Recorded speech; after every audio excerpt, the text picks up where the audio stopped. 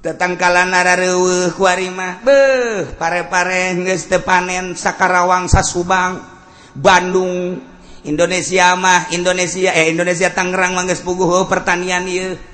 Ieu Allah bakal nyiksa ulah kaget lamun kuari teu diberkahkeun negara Indonesia nu sakieu suburna. Tapi kapan aya sabaraha kontrakan kuari anu ditutup we nu ngontrak teu berkah kan ngaranna. Teu berkah kuari. Anu boga 50 kontrakan kuari aya anu 10 doang anu ngesi 40 eueuh barang ditanyakeun lantaran pabrikna gulung tikar balik teu berkah. Aya deui pengontrakan nu belah ditu eusi namangan unggal kontrakan loba nu maling bae pindah nya ka kontrakan lain teu berkah. Sarua bae. Ieu geus teu berkah ya kuari. Ya Allah ya Rabbi. Nah, urang lamun neuleuh di Indonesia lamun urang ningali ka India kamari kapanasan 4.000 nu pararaeh. Sabada kapanasan kuari dihujanan ku Gusti Allah geus 2.500 supaya mejeunana. Pakistan kamari 2.500 keur panas mah kuari dihujanan ku Gusti Allah 1.000 nu paeh hitung ku sia teu kudu make kalkulator sabaraha. Gusti Allah ngajelaskeun tentang keberadaan negara. Setelah Allah merinci satu-satu negara nu pernah disiksa ku Gusti Allah, negara Yordania dengan Kangjeng Nabi Lut, umatna teu ngimankeun dibalikeun ku Gusti Allah. Kangjeng Nabi Soleh, Kangjeng Nabi Nuh, Kangjeng Nabi Hud, Kangjeng Nabi Syuaib. Jeung Nabi Nuh diutus, kemudian masyarakatna umatna teu percaya, dibanjirkeun ku Gusti Allah. Masyaallah. Jeung Nabi Soleh gitu keneh dibere angin ku Gusti Allah. Kangjeng Nabi Hud gitu keneh negara-negara nu pernah disiksa ku Allah, ya Palestina, ya Suriah, Yordania, Yaman, ialah negara-negara anu kudu dijadikeun iktibar ku urang, supaya dijadikeun barometer kacamata sangkan negara urang ulah terjadi seperti eta. Sebab ketika Allah ngutus seorang nabi, ngutus seorang rasul, dibohongkeun ku umatna, siksa ku Allah. Nah, lain bae baheula dorojolna Kangjeng Nabi urang ketika Kangjeng Nabi urang dibohongkeun ku umatna, awas cek Gusti Allah, teu menutup kemungkinan siksa bakal datang sarua bae. Setelah Kangjeng Nabi urang pupus, dilanjutkan ku para khulafaur rasyidin, dilanjutkan ku para tabi'in, dilanjutkan ku para aulia-aulia Allah. Aulia Allah teh seakan-akan utusan nu melanjutkan Kangjeng Nabi, kepanjangan tangan dari Kangjeng Rasulullah Muhammad sallallahu alaihi wasallam. Ketika dibohongkeun ku umatna tunggu siksa sarua bae. Masyaallah.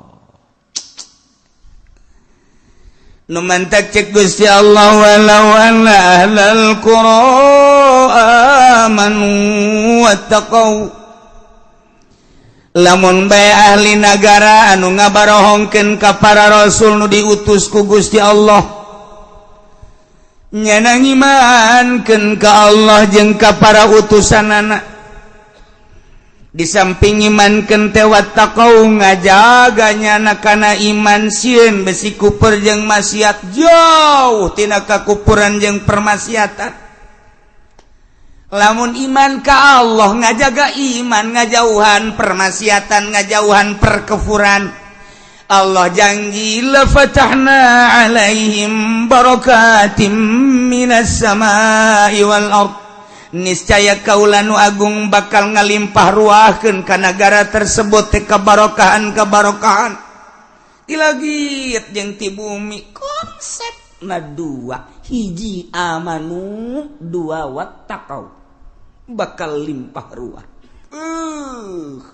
subur makmur loh jinawi lamun urang nyaritakeun barokah wa asal barokah teh hatina asal ka barokahan teh subutul khair al ilahi fi tetep da kahadean kabagusan bangsa pangeran dina naon bae nu aya di muka bumi ieu ketika urang ningali langit pinuh barokah lantaran langit ngahujanan cai-caina anu ngajadikeun kana tatanian jeung jajadian lamun urang nyaritakeun kabarokahan bumi bin nabati jararadi boro-boro nu dipelak nu teu dipelak ke jararadi barokah ngaranna lamun urang hayang kos kitu konsepna dua hiji amanu dua wattaqau Allah janji la fatahna alaihim barakatim minas sama wallah tuturkeun ayat Quran ieu mah lain pidauh bupati mah lain pidauh gubernur lain DPR MPR jeung presiden ieu mah nu boga langit bumi katut eusina nu boga dunia nyarita mun hayang la fatahna alaihim barakatim minas sama'i wal ard dua amanu wat taqau iman takwa ya Allah dibaca nama hampang iman takwa babari jasa iman takwa di pemerintah ge lamun pidato teu jauh ti eta iman takwa balik bae ka imah intip ku sia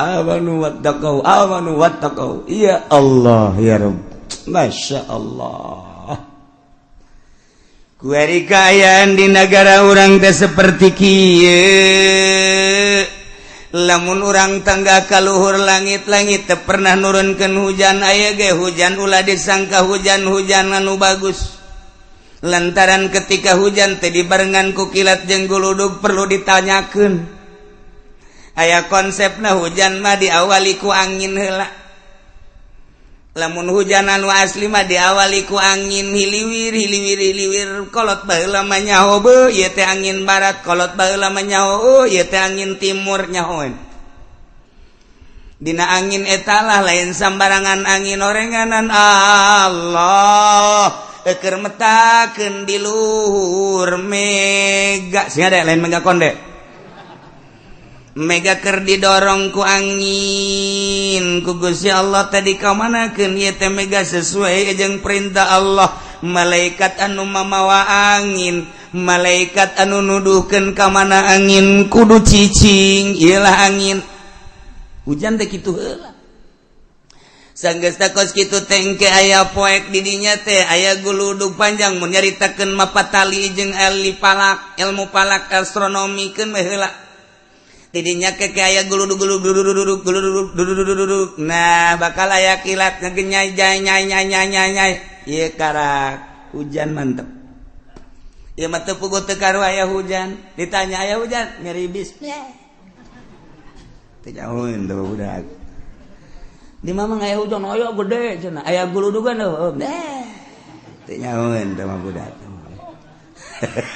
teu nyahoeun wal bejakeun wae ja teu nyahoeun odol-odolan di negara nyeun hujan sia emang kumaha gitu ye ulah panas teuing we semprot aku hujan tembak sekali nembak sabaraha juta teh je anda kula menanyakan, hujan aya, guludugan, kiai, ya, cia, rasakan musuh. Atau kos gitu. Pada dasarnya hujan teh kos gitu. Sebab segala rupa ge kapan aya sabab-sababna. Urang lamun nyaritakeun tentang seuneu moal ujug-ujug kaluar seuneu padahal garetan aya korek api aya tetep kudu dicekreskeun ces. Di deuleuh di jerona aya sabab urang deuk kala wudu cai aya beuh di luhur tengna aya kerana aya teh diputerkeun moal kaluar cai sia kudu diputerkeun teh aya sebab heula kitu ge hujan lamun eta urang nu nyababanana hujan ge sarua panjang orang menyaritakeun tina ilmu astronomi perpalakan aya tama kos kitu poe naon nu ngagegeh poe eta malaikat saha kemudian atuh hujan di bulan eta bakal aya apa henteu urang teh geus teu kudu hese-hese bisa melalui palak bisa melalui urang bebeja ka malaikat nu ngagegeh dina taun eta pan satahun tahun ieu malaikatna bulanna unggal bulanna geus dipetakeun di Januari ieu malaikatna Februari ieu malaikatna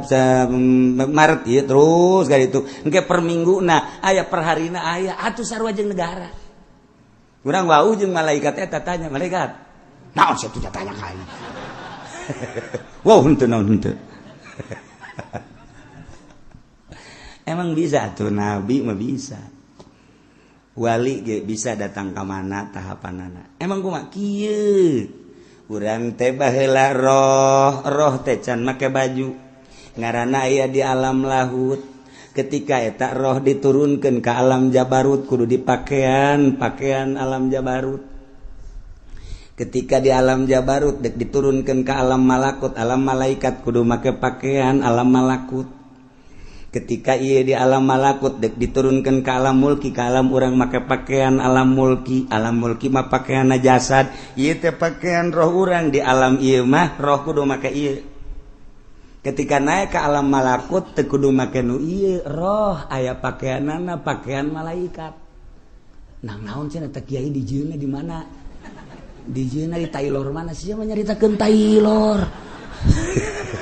dek mesen burung sia dasar otak ngeres ya mah tuh aya pakaian-pakaianana urang di alam mulki nyarana ye alam dunia pakaian roh teh awak urang jasad nyarana ketika urang dek naik ke alam malakut teu kudu make nu ieu aya pakaian malaikat naik urang ke alam jabarut tinggalkeun pakaian nu eta kudu ka alam jabarut aya pakaianana urang dek naik ke alam lahut aya pakaianana mantap Kangjeng Nabi teh dibawa ku Gusti Allah dibawa ku malaikat Jibril ka alamna alam malakut make pakaian alam malakut ketika naik ke alam jabarut malaikat Jibril geus teu bisa nganter cek Kangjeng Nabi Jibril ti handap babarengan jeung maneh nya atuh ka dieu maneh ninggalkeun ampura cek Jibril lain wilayah kula mah tuh di desa anu ka desa anu eta wilayah kula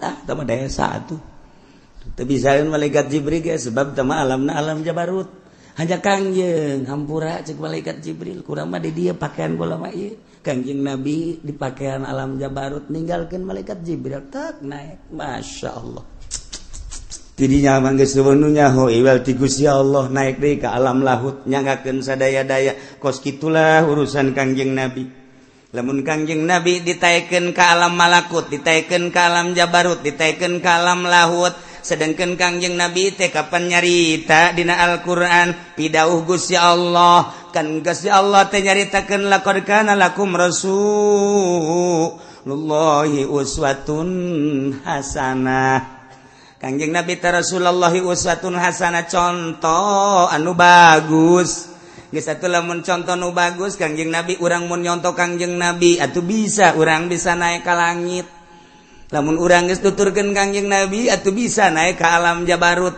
atuh lamun urang terus tuturkeun Kangjeng Nabi atuh bisa ka ditu naik ka alam lahut tinggal kumaha carana atuh tuturkeun Kangjeng Nabi cuman moal bisa lantaran Kangjeng Nabi enggeus nyarita ti Gusti Allah wa ma utitum minal ilmi illa qalila tepati maneh dibere tina ilmu kecuali saeutik anu bisa kadinya mah hanya segerintil teangan coba di Kabupaten Tangerang nu bisa naik ka luhur langit teangan coba melalui bupati jeung sekretarisna coba pangnengankeun lain naik ka luhur langit mebas ka laut modar eta mah tuh kan berarti aya sebab lamun eueuh manusia anu kos kitu hancur Jakarta dipimpin ku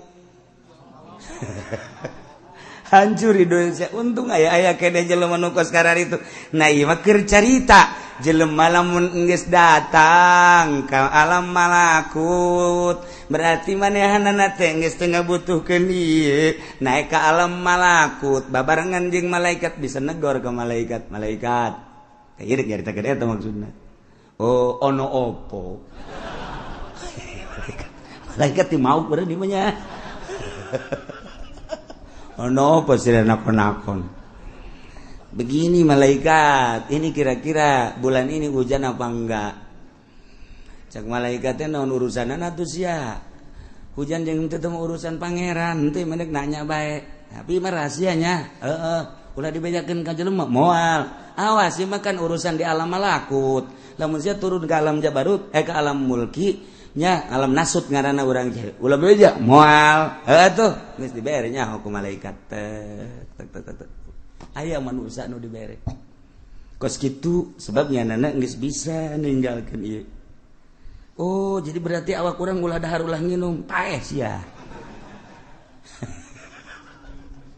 Numantak ayalah paranti ngebersihan ruhani supaya ruhani teh bisa hihiberan sakumaha Kangjeng Nabi. Belah dieuna Sayyidina Umar, belah dieuna Sayyidina Abu Bakar, belah dieuna Tuan Syabdul Qadir Jailani, belah dieuna Syekh Nawawi Tanara, belah dieuna Syekh Asnawi Caringin, belah dieuna Syekh Daud, belah dieuna tah nu kurang dizarahan di kitu Ki Mansur, nu kurang dizarahan di unggal para wali eta teh nu rohna geus bisa ninggalkeun ieu nyana make pakaian alam malakut. Ya tuh leuweuh wae tuh ese negara acak-acakan. Ya Allah, ya Rabbi. Masya Allah karim. Lamun urang di zahir ku ari teh budak mah make pakaian SD, handapna beureum, luhurna putih, merah putih. Budak tah. Ku ari di SMP, pakaian SMP, ku ari manehanna neuk digawe di desa, make pakaian desa. Ku ari neuk digawe di kecamatan, make pakaian PNS. Ku ari digawe di kabupaten, make pakaian PNS tanggeus lain deui. Ku ari bupati ge pakaian lain deui, gubernur lain deui, presiden lain deui, aya pakaian-pakaianana. Di alam eta ge sarua. Masyaallah karim. Nah, ieu maka jeung tamakeur carita urusan ilmu kawalian. Nu mantak urang kudu ngabersihan ruhani urang. Belah dieuna maka karak ngabersihan hate doang. Ulah ujub, ulah takabur, ulah ria, ulah sumah, ulah hubud dunya, ubahul jah, hubur riasa piceunan nu kos kararitu. Ya Allah ya Rabbi. Miceunan eta ge seseleh. Miceunan eta teh seseleh lainna lagaan. Numantak dibagilah di awak kurang teh sababaraha lelembutan lalipatul qalbi lalipatul ruh latipatul sir latipatul qafi latipatul akba latipatul napas latipatul qalb hiji-hijina latifah anu kudu dibersihan kudu didatangkeun numantak ngaranna teh aya takholi jeung tahali piceunan nu garoreng engke tahali asupkeun ka awak urang terapkeun anu bararagusna lamun urang geus bisa takholi nu garoreng na dipiceunan ku urang secara total tahali nu bagusna ku urang dia terapkeun di awak urang bakal tajalli ya Allah ngomong mangeunah kapanggih bae jeung bupati dibere duit dilegleg iya hese duadak kita kuari manaon sababna begitu jelema jadi muih hajut teu bisa khusus salatna jelema begitu asup ka partai teu bisa khusus salatna kurang mangayakinkeun moal bisa khusyuk wani disumpah sombong cenah kuci aing waktu sombong bae mah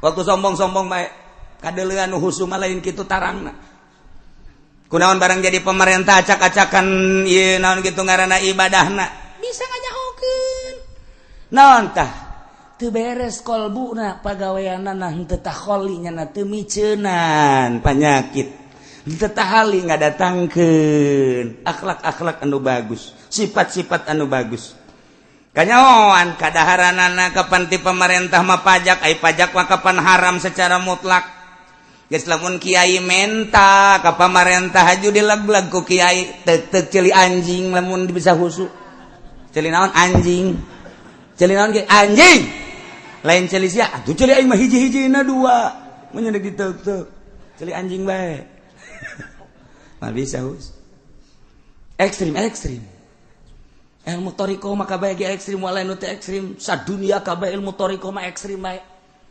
aju kiaina di ekstrimkeun kitu marah atuh geus eueuh marah nya mah daek tuturkeun teh daek geus cak aing haram kos gitu mah moal maju teman negara, kos gitu haram, pajukeun ku sia, rodaan ku sia negara dorong. Aing malah ini nyaritakeun maju dek nyaritakeun bersih roh sia. Dek nyaritakeun kamajuan mah tah apruk-aprukan ngaranna. Aing ge ngarti. Bons. Ya nyaritakeun kebersihan tuh. Ketika orang dibere ke pamarentah cokot dapil bala bagikeun ka batur. Ulah didahar. Je, sok urang dahar. Ye cenah kiai emang nu kitu teu meunang. Henteu carita meunang teu meunang sia mah hayang meureun nya. Kalian sia ku aing. Ieu mah keur carita deung kebersihan. Lamun urang salaman dibere bagikeun. Ulah kaduhung. Maka kaduhung amat gede tuh. Malhusu tuh bahasa Surabaya. Maning leg-leg. Picet. Geus teh aing daya. Kitu kene duit-duit anu urang rada mangmang. Ulah. Geus. Dahareun gitu kene. Mulai urang salat ka Allah. Rada ngeunaheun ge. Allah. Nikmat. Tuh, terus beki dipikiran beki jiwit ku hari nyaetikeun. Geus bisa kos kitu nyaetikeun saeutik. Urang masuk nyaetikeun teh di hareupeun jelema. Lamun hareupeun tamu cemi ya sadaharna. Tilu ieu na ge tilu. Set deuk kadeuleula saeutik mah. Cak tabu teh hebat amat sama kiai geus zuhud jasa hebat kana dunia geus. Tamu balik bae dahar deui. Cak pamajikan lah kaji kok dahar deui. Tadi aing baturan tamu abeh ku pajar tamu pajar tasawuf saeutik. Jadi loba kuari dong, waktu kuari mah boho itu biasa. Eta kan bloon eta kiai. Geus apa adanya bae, gembul-gembul biasa. Malah urang teu gembul ge di hareupeun jelema mah gembul bae. Terus batur can nambahnya nambah deui. Orang kebiasaan kos kitu bae. Udah dia menyaritakeun ngabersihan kolbu lain bantrak-bantrakeun. Hese tapi kudu emang kumaha gitu hayang nyahol lazatna ibadah. Khususna salat. Atuh kudu kos kitu kajen kumaha ge. Puasa bae tapi bukana teu beres moal aya lazat. Urang puasa bulanan tahunan tapi duit pamarentah dileg-leg bae, duit ti dia dileg-leg bae teuk datang ka khusu bae. Lain cak kula, cak Imam Ghazali. Kula mah nyambung lidah doang. Cek Syekh Athaillah nu boga hikam, kula mah nyambung doang. Cek Imam Kusyairi nu boga Kusyairiyah, kula mah nyambung doang, sakadar nyampaikeun doang nang macaan. Ai kiai nang geus ulah nanyakeun aing ja. Sia mah sia bae aing mah aing. Ih, engke ge beda urang lamun heuh nya. Surtil ngaranna filter. Dengan sendirina mentak cek dina hikam ulah nyaritakeun nyieun kolong nyieun bae bale kolong bakal aya sorangan ulah ngahaja nyieun kolong ai bale teh diberesan atuh mah aya kolong-kolong asal nyieun bale kolong aya asal nyieun bale kolong aya atuh asal dibersihan eta khusu aya asal dibersihan marifat aya itu bae teh mah otomatis sama ngaranna injection. Yang serikeun aing. Ya Allah ya Karim. Nah, ieu mah keur carita bersihan gerage sebab di awak urang aya roh, di jero qalbu aya sir. Di jero qalbu urang aya sir, di jero awak urang aya ruh. Ruhna qalbu sir, ruhna awak urang ruh. Jadi berarti aya 4 dimensi di awak urang. Dimensi zahir awak urang, dimensi batin roh, dimensi jero golbu, dimensi jerona adalah sir. Aya nu datang ka awak doang pikih ngaranna, aya nu datang ka golbu mulai tasawuf tata tasawufan kene. Aya datang ka sir, aya datang ka ruh ibadat. Mentak ditata geus datang ka mana urang ibadah. Kadeulean bakalna sebab ibadah zahir mah kos kitu ke lamun naik ibadahna geus datang ka qalbu kos kitu aya cirina ke lamun naik di ibadahna geus datang ka roh kos kitu sir kos kitu itu sebab naon alamna beda alam urang alam nasut naik ke alam malakut pakaianna lain tingkah naga lain naik ke alam jabarut pakaianna geus lain deui naik ke alam laut nu nyaho iwal ti Gusti Allah subhanahu wa ta'ala dicaritakeun sote horenganan aya wali Allah subhanahu wa ta'ala. Nah konsep negara supaya barokah dua Allah nyebutkan amanuat takwa iman jeung takwa kuali lamun urang nalah negara urang tangga kaluhur langit teu pernah ngahujanan urang neuleuh ka bumi sawah telaan kuari mah neuleuh ka empang cai mah ayangan hararejo nele urang ke perkebunan kuari geus bararotak geus lain hejo nele urang ka jalan cai kuari cai teh butek aya nu kering eueuh caian bahkan aya nu geus sababaraha daerah kekurangan cai berarti kan pinuh ku teu berkah ketika urang kapanggih jeung jelema asa teu menyatu sia-sia aing-aing padahal mah masyarakat jeung pamarentah teh hirup di hiji nagara teh eta pamarentah teh ngurusan aset-aset negara jang rakyat tapi kunaon kuari mah rakyat ketika neuleuh polisi asa pa aing-aing ketika rakyat neuleuh abri asa teu menyatu kos lain alam urang lamun neuleuh polisi okos di alam luar polisi mah lain urang Indonesia nya nama urang planet urang lamun neuleuh abri kitu kene kok teu menyatu amat sih aya naon garis pemisah antara masyarakat jeung polisi antara masyarakat jeung abri kitu kene jeung pamarentah komo lamun masyarakat ngadenge pengacara jeung hakim asana geus lain deui jasa padahal mah ayana hukum teh jang negakeun keadilan jeung kemakmuran kejujuran di bangsa di negara urang kemudian lantaran orang bodoh minta bantuan ke pengacara supaya nu bener dibenerkeun nu salah disalahkeun tapi pada kenyataan nama horenganan lain kos kitu kulantaran lain kos kitu masyarakat gadenge pengacara teh geus tabu masyarakat gadenge hak hakim teh geus tabu masyarakat gadenge jaksa teh geus tabu geus asa lain bangsa Indonesia nya nama bangsa jin tu lain deui teu berkah. Ketika orang ninggalin nu keberkahan mah ieu langit nurunkeun hujan teh karasa ku urang tiis lantaran dibarengan ku angin nyelecep hujan teh sing kolocor digigir imah urang di sawah di jalan sapoe dua poe katingali kos ngembel taneuh teh ieu lah pinuh barokah teu kebal jarara dijukut di sisi-sisi imah urang di sawah di huma di kebon-kebon masyaallah menang saminggu hejo ngeplok kadeuleu ku urang jembar rarasaan hate teh neuleuh pasawahan teh masyaallah suburna nu luar biasa caina ngemplang teh lila di pelakan parehejo rata luar biasa urang ningali ka sawah di sawah teh loba caian masyaallah lauk betik jeung lauk julung-julung lulumpatan bunga jasa kebelah dituna aya lele segala aya gabus masyaallah ningali di solokan-solokan anak ya karim eta mah lele rombongan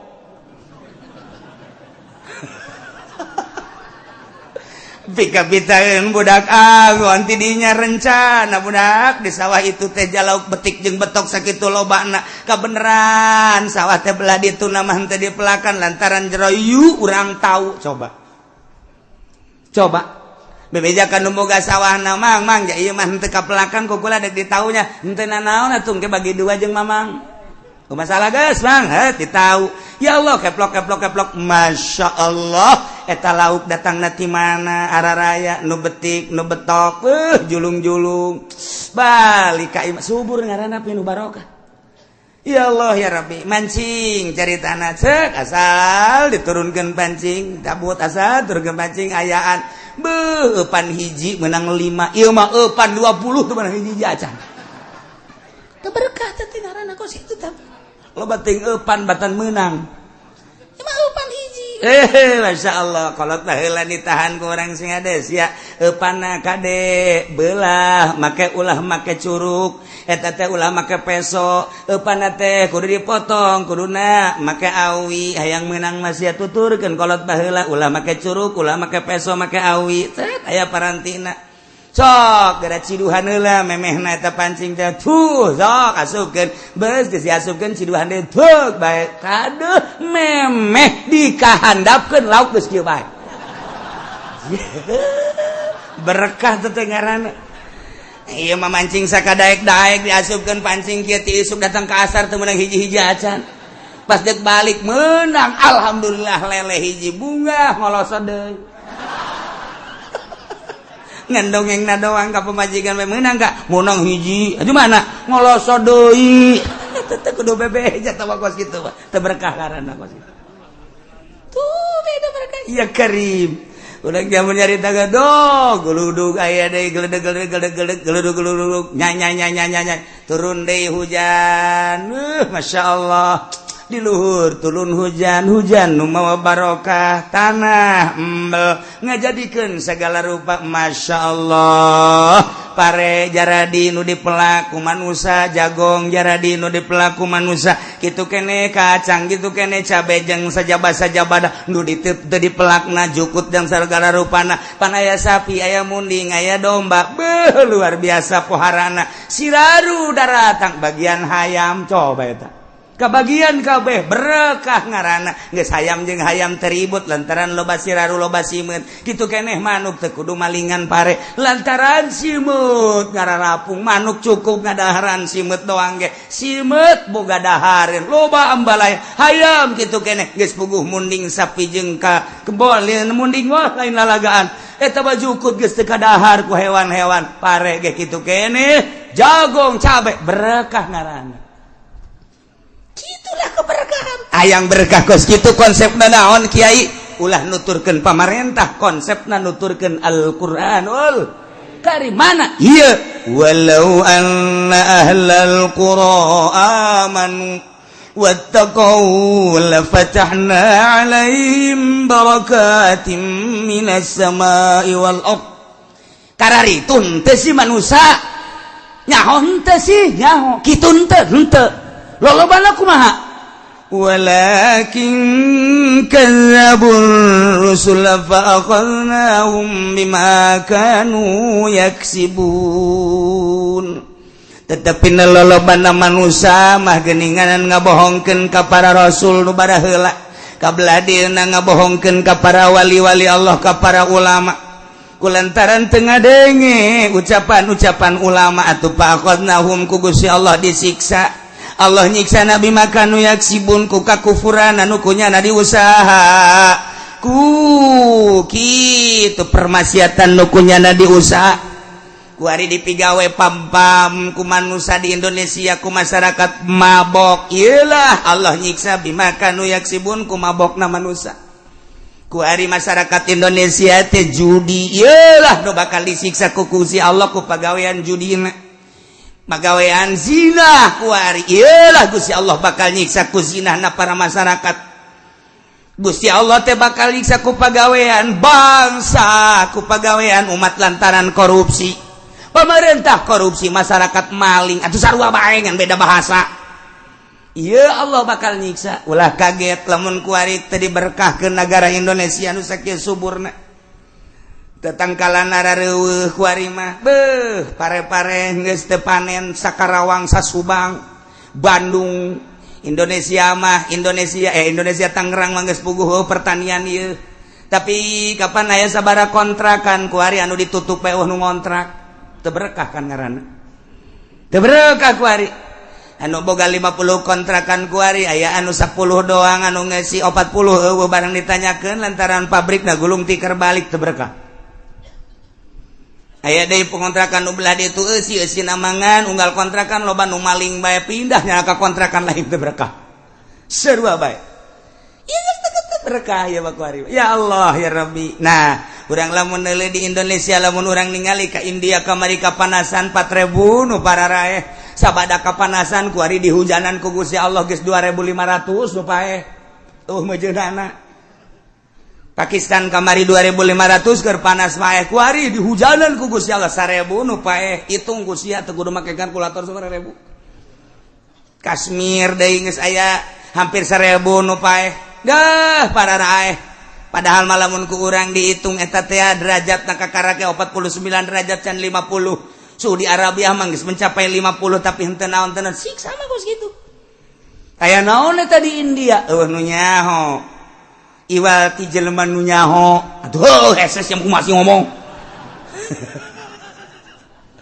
aya seorang dai waliullah dakwah di India kemudian pada bulan Rajab kemari jelema tersebut diculik dibawa ke Amerika dibunuh hiji waliullah nomor kedua ya jelema dakwah di India sarua bae istimewa dakwahna eta teh kira-kira umur 45 tahun jelema loba jasa nu arasub Islam culik deui ku Amerika dibunuh deui di Pakistan hiji golota mah kemudian nyada dakwah lain lalagaan hebat na eta jelema dakwah teu perlu kugana dicaritakeun ngaranna kemudian tangkap di Pakistan dibunuh kene di Pakistan terakhir di Kashmir eta ge sarua bae dibunuh kula geus boga piling ngan aidek ngomong besi nyanyahoanan sakula di bulan Rawah teh asana India disiksa kajen ku kumaha sebab nu dua eta wali Allah nu di Pakistan wali Allah asana kajen ku kumaha kena siksa ngan teu ngomong we kula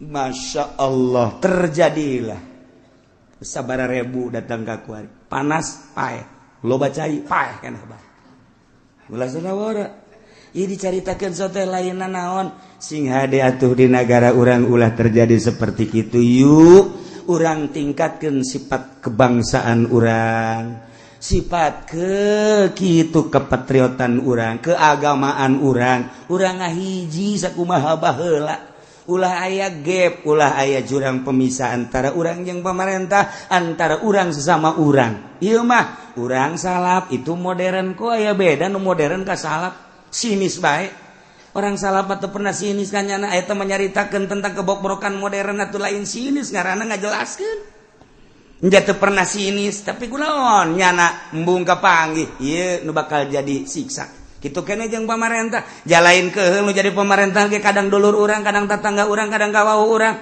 ketika dicaritakeun kabobrokanana pajar aya ge lain karena sehat sing hade sia ulah kitu atuh ieu negara urang ieu teh lain nu maneh ulah mentang-mentang kerja di pemerintah bupati gubernur presiden asa nu aing nu urang kabehan wajar lamun urang negor kade ulah sok kamalinaan teuing da leluhur urang inget leluhur urang baheula ieu teh hasil merdeka teh nang kolot urang baheula nah nyatukeun ku urang ieu akibat daripada pasalia Muhammadiyah ka dieu lempangna NU ka dieu lempangna Golkar ka ditu lempangna P3 ka dieu lempangna PKB ka dieu kapan cenajang bangsa kok beda-beda sih nah ieu lah nu kudu ku urang diperhatikeun diamati supaya urang ngahiji aya butuh mah partai pek bae ketika teu butuh teu kudu dikumahakeun deui nah lamun urang amanu wattaqau Allah janji la fatahna alaihim barakatim minas sama duh lamun geus dibere barokah kan ngeunaheun urang hujan turun ngeunaheun taneuh jadi tatanen gitu keneh hasil tanina kemudian kurang didahar ngeunah di daharna jadi cai mani disalurkeun ka pamajikan urang cara nyalurkeunana make aturan Islam maca doa heula urang Allahumma jannibis syaiton wa jannibnas syaitana ma razaqtana mun teh nyahoeun mah pamajikan nanya mah ngadoa heula emang nanaonan ih sia mah kumaha sih engkos duduk ngariung bae jagana ngata ku ka pamajikan kudu ngaji mun teu ngaji bajar ngariung urang udah kan salurkeun ka pamajikan urang set ketika urang dek keluar cai mani aya babacaanana di jero hate bae lantaran ayat supaya naon anakna supaya nyaho kana agama ya Allah aya aturan-aturanana engke disalurkeun aya lah terkandung di jero beuteung ibu keluar masyaallah gunting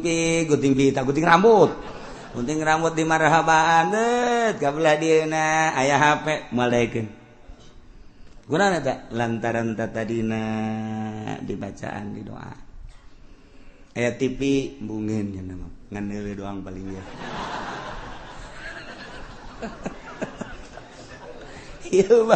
lu mantak anak kurang gede can sekolah ge sayang meuli HP kemudian dibelikan jamarah bae main internetnya na di HP ge luar biasa kabelah dieuna bisa muka sorangan tek nu susu teh nu ping-ping teh budak leutik eta teh kos kitu geus teu bisa ditahan ku kolotna kolotna mandi kunya dipoto tolong teh coba belon teh anak nu kos kitu coba ulah ngabelonkeun ka anak baheulana teu ngadoa geus kulantaran teu ngadoa atuh anak setan pan setan teh bebeja ka gangjengna ka Gusti Allah Gusti hari abdi teh bagian pamajikan abdi di mana atuh Gusti teh dijawab ku Gusti Allah setan unjukkan ka Gusti Allah Gusti ai pamajikan abdi di mana 3 kali kakarak cek Gusti Allah barengan jelema anu jima jeung pamajikanna teu maca bismillah heula teu ngadoa ka aing mentek ketika aya lalaki teu maca doa heula teu maca bismillah heula eta teh horenganan bareng jeung setan ketika keluar anak setan geus ku ari nu mantakna aya nu nonton TV bae atuh pantes lantaran anak jurig ge sia nu kumaha lah cenah kiai ulah kaget jakulana ge jurig ai kitu onam komplotan jurig kabeh burung Laila konsepna walau anna ahlal qura amanu wattaqau dibulak-balik supaya urang teh ieu bisa ningkatkeun iman urang bisa ningkatkeun takwa urang ka Gusti Allah abe ku Gusti Allah diturunan janji Allah la fatahna alaihim barakatim minas samai wal ard geus teu kudu istisqa asal amanu wattaqau Allah pasti nurunkeun la fatahna alaihim isin wari istisqa urang ngajak saha ndek ngajak saha istisqa ndek ngajak saha pada istisqa mah instruksi ti pemerintah bupati ngainstruksikeun ka masyarakatna melalui camat lantaran manehna mah sahibul wilayah nitah ka kiai geus lamun kiai dititah ku camat wajib nurutna camat ditoel instruksikeun atuh ku ari titah parwasa dek istisqa geun kitu heula ulah main jeger-jeger bae puasa heula 3 poe geus beres puasa kakarak surtil ku kiaina ieu mah ulah ilu berangkat ku ari ka lapangan kiaina nu geus ikhlas buka izin ka Allah embe munding sapi bawa ka lapangan hayam bebek bawa ka ditu nini jeung aki-aki jeung orok bawa keuna ngajengek-jengek ditu di lapangan pan ke kapanasan tah panas karak salat istisqa sholli sunnatal istisqa Allahu akbar urang salat istisqa kebo eta kan ngomong panas sia teh teu ngarti sih jeung kumaha meureun sapi ditanya ku sapi nu sini panas bebek Bo kabeh teh cicing panas. Pan Allah memperhatikan sato hewan kabeh panas-panasan. Geus urang mah henteu dianggap sebab urang mah korupsi. Sebab urang mah nonton TV sebab tah anu dianggap mah bebek wek. Cak Allah aing mah ngahujanan ge bebek lain ka sia. Gusti sabodo deuk ngahujanan bebek tanu penting hujan belah pokona mah. Isi nu rek deuk isis kok embung. Sahabaturna isis kok. Sahabaturna jatuh meminta ke Allah supaya hujan kudu nu beres atuh Kangjeng Nabi mah keur maca khutbah alhamdulillah shalatu wassalamu ala rasulillah aya sahabat Tuhan ulah khutbah bae kunaon panas kami minta hujan langsung ngadoa Kangjeng Nabi hari tak keneh hujan Kangjeng Nabi tah bunga luar biasa datang kan teu bisa balik di masjid hujan tuh gebrek bae Kangjeng Nabi mah di masjid ieu pun Kangjeng Nabi balik babari Kangjeng Nabi teu bisa hujan teu bisa keraat ke hujan deui keraat balik nyana ka ieu mah saminggu hujan bae saminggu turun hujan wow datang ka aya imah-imah nu ka bawah imah-imah panggung-panggung mah ka bawah segala pagar-pagar ka bawah nyana Jumat deui jeung Kangjeng Nabi begitu Kanjeng Nabi baca hutbah ngacung deui aya naon deui sia cek Kanjeng Nabi kamari ngomong ulah kieu atuh hujan ge Gusti kurang emang atuh ambalah ya cak jalan teu kada jalan wajir Kanjeng Nabi langsung ngadoa deui returan hujan turun tuh model kos kitu Kanjeng Nabi Masya Allah nah iya wani urang ge lamun nuturkeun jelema nu ikhlas mah aya nuturkeun nu teu ikhlas aya teh ge nutas naon ngaranna istisqa di nelayan di hari penelayan di haharuan ku kiai sama istisqa sih di nelayan itu ibadah ya orang mah pokona mah di mana tadi mana belum teh coba ngajawab kalau dimaksud nah yang hujan itu urusan hujan urang pangeran urang mah penting mah istisqa baik itu ganjaran pan teu datang ka maksud dong mah datang ge kan ibadah doang istisqa dilaksanakeun tahajud henteu intip urang barang penting hees bae cak sia ibadah bego hah, ayo kamari sia. Ngomongin tahajud sia tuh. Coba ayo. Tahajud mah nu ngalem jeung urang mere duit tuh kan. Tembung aing menuturkeun usara itu. Embung. Mun ikhlas tu andieu karak daek. Atuh kiai bae, uai ge embung. Ieu bae konsepna laksanakeun amanuat taqau. Lamun hayang subur turun hujan ge urang kabehan.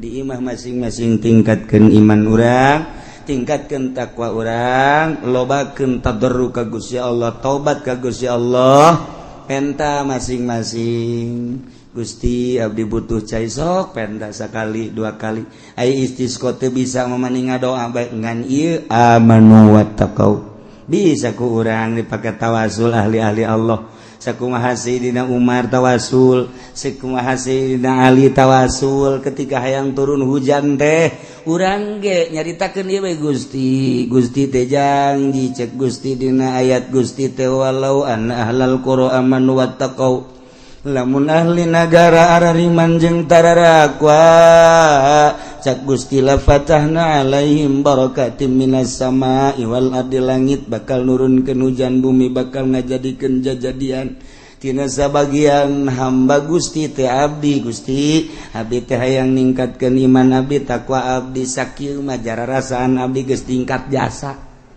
sia cak Gusti Allah ningkat ge cak aing mah henteu moal ka dihujanan engke urang makin hari terus engke ge aya ti Gusti Allah masyaallah mantap ai kudu nama amanu wattaqau pimimpin nagarana kudu ngainstruksikeun ka masyarakatna kudu ningkatkeun kaimanan jeung takwa ka Gusti lantaran besi disiksa ku Gusti Allah engke lamun arariman jeung tararakwa makan ku Gusti Allah teh dibere kabarokahan langit nurunkeun hujan anu pinuh bakal nyuburkeun bumi bakal ngajadikeun jajadian pinuh kasuburan tetapi na orenganan walakin kadzabu fa akhadnahum bima kanu yaksibun lolobana ngabohongkeun ka para rasul para nabi ngabohongkeun ku ari ngapa ka para wali ka para ulama atuh Allah bakal nyiksa ku pagawean-pagawean nunang tangan ka Gusti Allah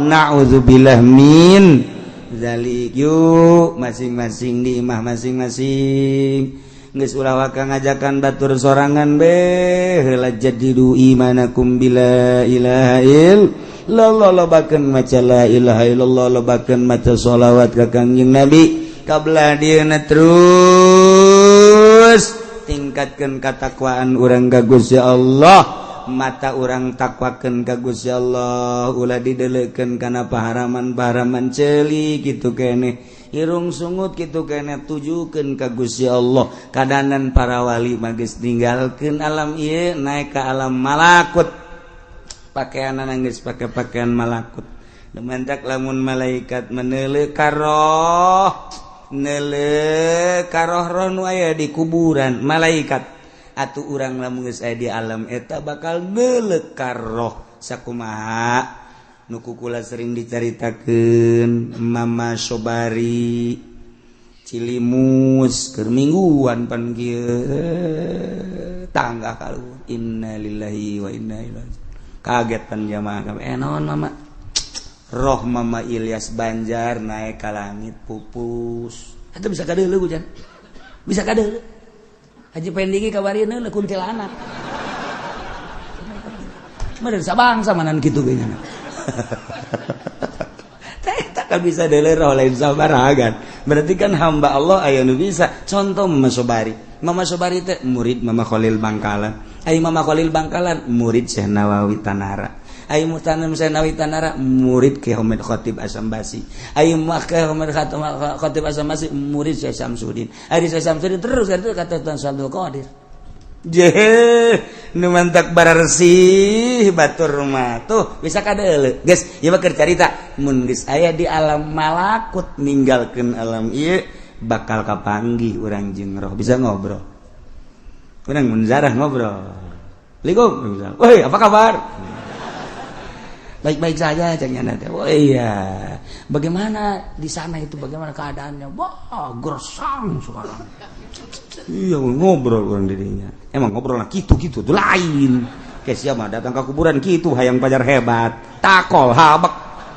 Itu kudu ngomong kos gitu di roh mah roh jeung roh ngaranna ge lain make ieu ngobrolna.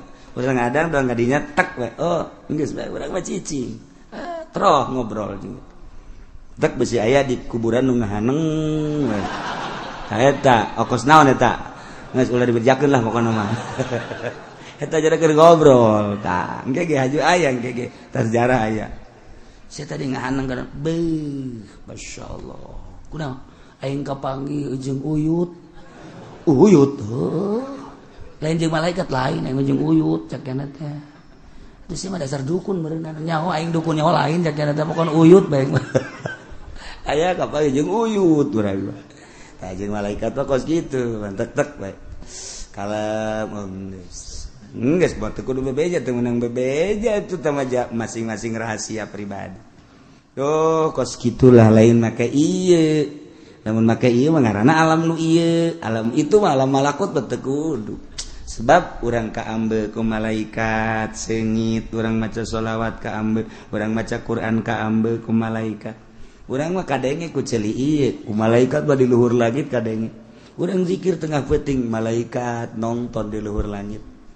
Urang tahajud tengah peuting malaikat nonton nyahueun malaikat moal kaliru komo Gusti Allah. Masyaallah nu mentak disebutlah ku malaikat ketika aya jelema hudang peuting zikir tahajud azim.